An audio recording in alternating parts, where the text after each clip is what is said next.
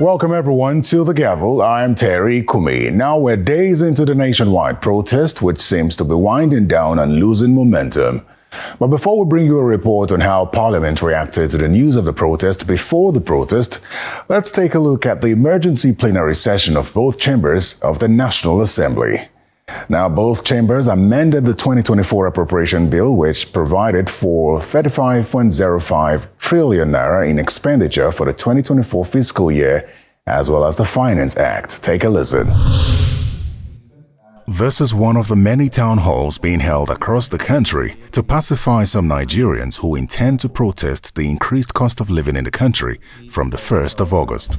The outcomes will be... With less than 24 hours to the planned nationwide protest, the Speaker of the House of Representatives has convened this meeting with some youth groups and ministers as a last-minute effort to prevent the protest. While we fully acknowledge and respect the right of Nigerians to peaceful protest, I seize this opportunity to urge you to embrace the power of dialogue as exemplified by this town hall meeting. Let us work together through constructive engagements with the federal government to find sustainable solutions. We urge our young people to engage with elected representatives, attend public hearings, participate in town hall meetings such as this, and utilize social media platforms to voice concerns and hold governments to account. As a civil society organization dedicated to promoting citizens' participation in democracy, we recognize the pivotal role that constant engagement plays in improving governance and accountability. There is a pressing need to invest in education, equipping the youth with the skills and knowledge that they need to thrive in the 21st century. There must be also an enabling environment for business to flourish, thereby generating employment opportunities. Secondly, it needs to be ensured that the youth have access to quality healthcare and affordable housing. These are not just basic needs, but they are fundamental rights that every Nigerian deserves. Lastly, you should involve the youth in the decision-making process. Their voices need to be heard, their ideas need to be considered, and their potential need to be harnessed. The ministers present outline ongoing efforts and future plans by the government to address the current challenges in line with the demands of the protesters. The Nigerian Youth Investment Fund has been restructured with an allocation of 110 billion naira aimed at providing young entrepreneurs with accessible funding. This initiative seeks to stimulate innovation, create jobs, and to empower young people economically. We are collaborating with the National Assembly to establish a legislative framework for the NEF, ensuring its long-term effectiveness and sustainability. When President invited us to join his team, it is very clear he has a vision of prosperity for this country, a vision that has our economic growth faster than our population growth rate. If we don't grow our economy faster than our population growth rate, we'll be poorer. And for the last 24 years, I think we've struggled. But now we have a president who has a vision, which is articulated, and he has people at the center of that vision. Human capital. It's about the youth. It's about the youth of today. It's also about the youth of tomorrow. Because the youth unborn in 20 years will be on the streets. That's why the human capital agenda is so important to this administration. He's done a lot to help us turn the corner in terms of the macro fiscal situation, which we got in 2023, similar to what we had in 1983, which led to the truncation of our democratic evolution at that time. What we have waited for 24 years, at least we can wait for 24 months more to see the results. Even before then, there are very tangible steps. He signed the Minimum Wage Act, and I thank the National Assembly for passing that. And there's so many elements that I can say. When the president took out the subsidies, it was with the intention that we were going to build the country of our dreams and that we were going to establish the right macro environment for us to be able to grow the way it was planned. But unfortunately, it didn't go quite as planned. And we are seeing the inflation going on, and we are seeing, and these shocks were expected. It's not as if they were not expected. But remember, this is just 1 year in office. It takes time to build even if you're building a house, no matter how small the house is, you must build the foundation. Those were the foundational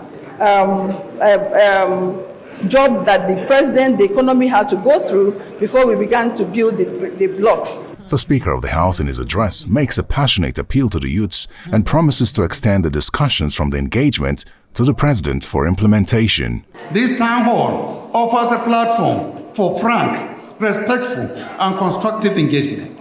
I commit to taking the resolutions of this town hall to President Tinubu along with representatives of the youth organizations. Together, we'll ensure that your concerns are addressed and there will be rule in Nigeria. Meanwhile, after a closed-door session in the Senate during its emergency sitting, the Senate President appeals to protesters to give the government more time to meet their demands. 1 year is not long enough for the policies being implemented by the current administration. The Senate, and in fact the entire National Assembly, is willing to legislate on all matters that bring about succor to Nigerians in general. Outside the chamber, Senator and former Labour leader Adams Oshomole has a word for the protesters. It is not possible for an armed force group, not structured, no clear command structure, no basis for influence. They are not accountable to anyone to say they are putting the whole country out of business for 10 whole days, peacefully. It's not possible to peacefully shut down the economy for 10 days.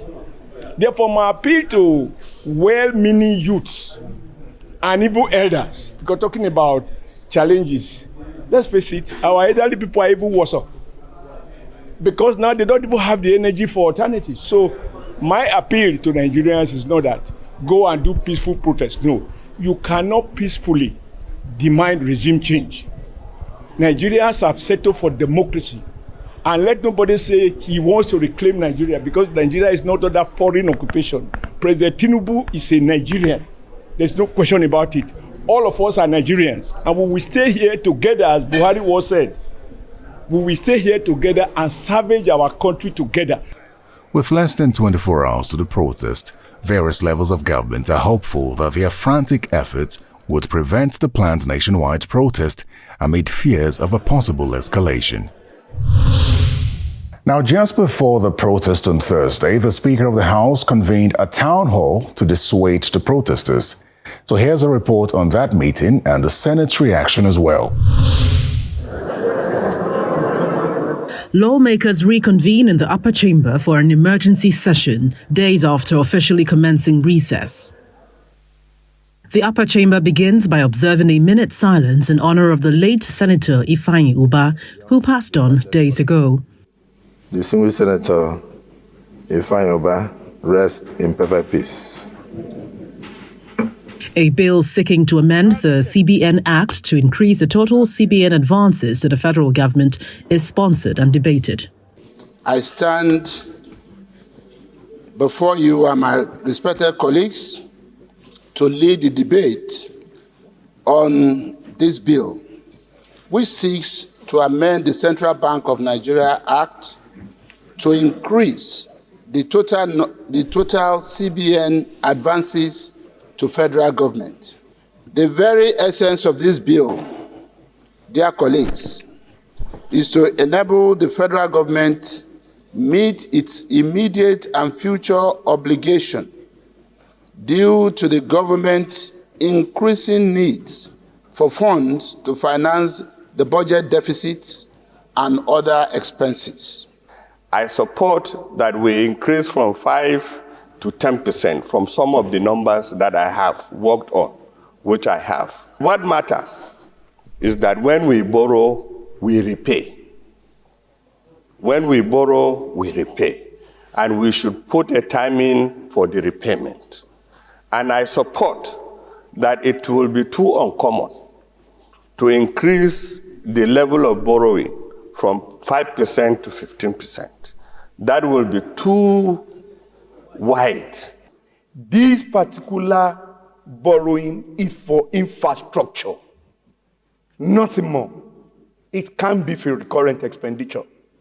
And I want to draw a caution that our Committee on Banking and Other Financial Institutions must be read a lot, because it is expected that this borrowing, once this money is borrowed, with the improved revenue that we currently have, as we speak, the revenue generated to date is over 9 trillion naira.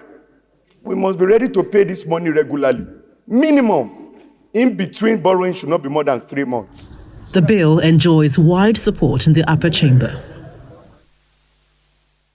Conversely, in the lower chamber, when the bill was subjected to a debate, it was a different tune that played out amidst a rowdy session. Allowing the central bank to advance 15% of the entire budget will not only erode our own powers as an assembly, but it will give a lot of latitude for discretion, which is not too good for us. And that's why I even think that we should reduce from the 5% that we presently have to 2%, which will make the government more accountable, more prudent in management. What we are saying is that for the survival of the economy and for us to move on, we need to move away from where we are now, which was abused by the previous CBN, and that we need to move to 15%, which can be subject to amendment. You now want to downgrade again to 2%, which is already below the belt. That's what we are talking about. So the matter of transparency, of course, the committees have a responsibility to look at the books. It's not by bringing down the rate that will bring transparency. No. Following the polarized debate, some members of the minority caucus staged a walkout after the speaker put the question to a voice vote. Mr. Speaker, this is very unruly. The report is hereby adopted as working instrument of the House. Standing on the House. Please. Chief Whip. Order. Honorable colleagues. Order, go. Don't disturb the House. When calm was restored, the amended CBN Act is subsequently passed. Those in support that the bill be read a third time say aye. Those against say nay. The ayes have it.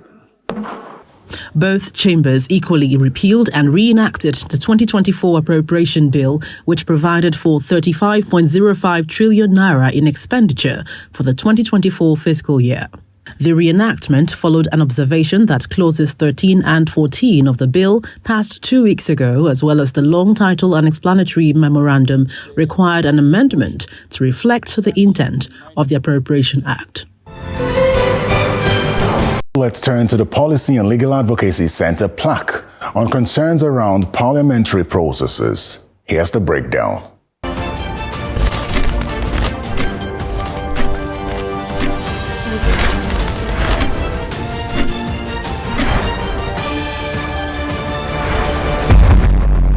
I think that every National Assembly and every leadership of the National Assembly has its own style. But we do know that there's only one way of making law or even holding debates. And for Nigerians, and for the National Assembly, I think it needs to be very conscious of the fact that people are keeping an eye on what is going on in the National Assembly. Every single debate, and it was good to hear Senate President Akpabio say that he was shocked that people watched their every move. It means that people are keeping an eye. And I think that being conscious of the fact that Nigerians are watching you, it means that they're watching how you're respecting the process that you create yourself, whether it's on motion debates, whether it's just people speaking on the floor, or following the process of making laws. I think that if the National Assembly does understand that, then they would have to follow even their own rules. And you have two types of bills that come before the National Assembly, each of the houses. One is the executive bill, which the majority leader presents, and the other is the individual member bill. When individual members present their bills, it just really means that their colleagues take a very good look at it, they scrutinize it more. When it's coming from the executive, it's expected, and when it comes from the executive, it's the majority leader in either house that presents it on the floor. The expectation is that the executive would be led in presenting a bill by the Attorney General. It's debated in chambers, it's presented, so there's expectation that a lot of thought has gone into developing that bill.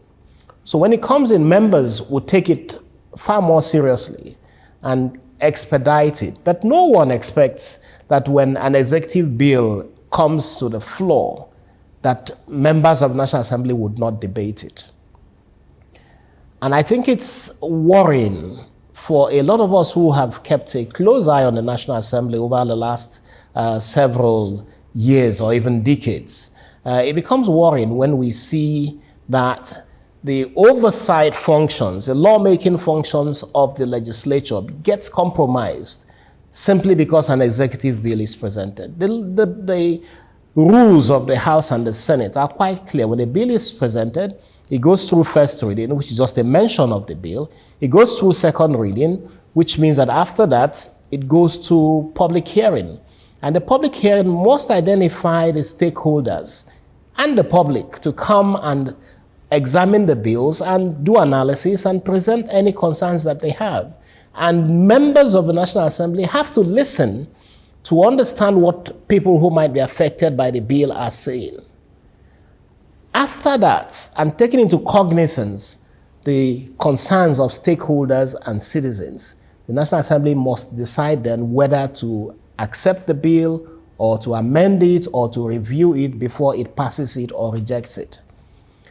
Now, we have the concern that this is not happening in the National Assembly at this time. And it is dangerous for Nigeria. It is dangerous for our democracy when we see that the National Assembly is not listening to those that elected them into office. And I think the National Assembly must pull back. There is nothing urgent about an executive bill to warrant it being passed in a couple of minutes or hours. So the National Assembly must pull back from this syndrome of whatever the executive asks, it gets. Otherwise, it would show that the National Assembly members are not fulfilling their responsibilities to their constituents, to those who elected them.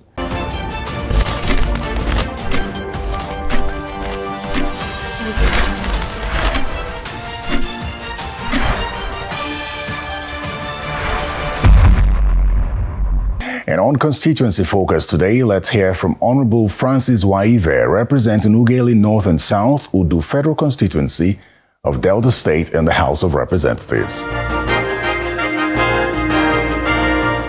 My people of Ughelli North, Ughelli South, and Udu are in their need of federal presence in the constituency. And that is why they sent me here. I understand what they need, and that is exactly what I've been facing, trying to ensure that they get in the last 5 years, and then again in the next 3 years, still remaining in my mandate, 3 years plus, of course, and perhaps who knows what God has thereafter. And federal presence, why do we need it in our constituency? My constituency is one of the highest oil-producing, gas-producing constituency in the Federal Republic of Nigeria. In fact, the gas plant at Otorogu is a testimony to that, and the hundreds of oil wells and the tens of oil prospecting companies in our locality prove to that. And I'm grateful to God for the opportunity to serve very educated people, very enlightened people, millions of people, and they've chosen me to speak for them here.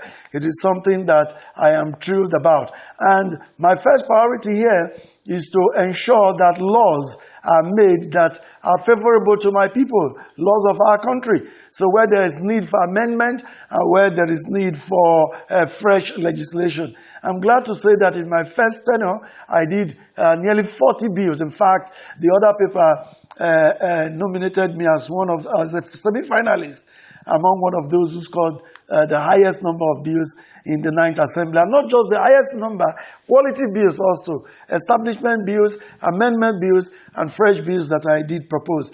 And in this second tenure, I have also proposed over 10 bills, constitutional reforms, electoral reforms, and criminal code amendment. All of them are in the public domain. Another tool I'm using to serve my people while here is the issue of ensuring that our infrastructural needs are captured by the federal budget. And that is the beauty of having somebody come again. He knows the nitty-gritty of what to do and how to do it. In my first tenure, over 15 schools, primary and secondary, had intervention in terms of new classroom blocks, renovation. Over 15 communities had solar street lights, and over 15 also got transformers. Many areas in which we intervened for the benefit of our people. We tarred roads, and we did so many things that simply shocked people. We changed the narrative, and people began to ask that we do it again. In fact, that is why I am happy to be here again to do it for my people. So many things that we did, notebooks for children in secondary and primary schools, you name it, the things that we do, cash empowerments to constituents. You talk about the loans that were in vogue at that time, and we're able to make sure constituents were able to access them. The COVID grants, hundreds of our people were able to access due to the effort of the honorable member representing the people of Ughelli North, Ughelli South, to do the Reverend Francis Ejirog and Ewa. It's my pleasure to serve my people, and so much that we did. Communities that were not connected to the national grid were able to connect over 20 in just the space of 4 years. And I am so thrilled that many of them got back electricity and are now enjoying national grid, power from the national grid. I can go on and on to mention things that we have done while we are here. So representation is a key function of the legislator. We speak for our people. It has been my pleasure to present petitions on behalf of my people on the floor of the House and to speak for them when motions and bills are being debated, so that the voice of my people is being heard. When I was campaigning, I told my people that I'll be present on the floor and I'll speak. They'll hear my voice. And I'm glad that I'm able to do that, and they can testify that the people of Ughelli North, Ughelli South, and Udu, their voice is being heard here. Clear, strong, and directly. So, lawmaking, representation, and then the oversight functions that a lawmaker has to perform. I've done that very well. In fact, that's why I'm able to attract what I'm able to attract to my people. And the future looks even brighter. I'm going to do more for my people, especially now that I'm an experienced member, a ranking member of the House of Representatives. They can be sure of more dividends of democracy. If they look at the budgets as they roll by year after year, they will see that the names of our communities in our constituency are well spelled out, and the projects are executed, and our people, they get the benefit and have a sense of belonging to the Federal Republic of Nigeria. And that's the Gavel this week. Send feedback to the Gavel at channelstv.com. I'm Terry Ikumi. Goodbye.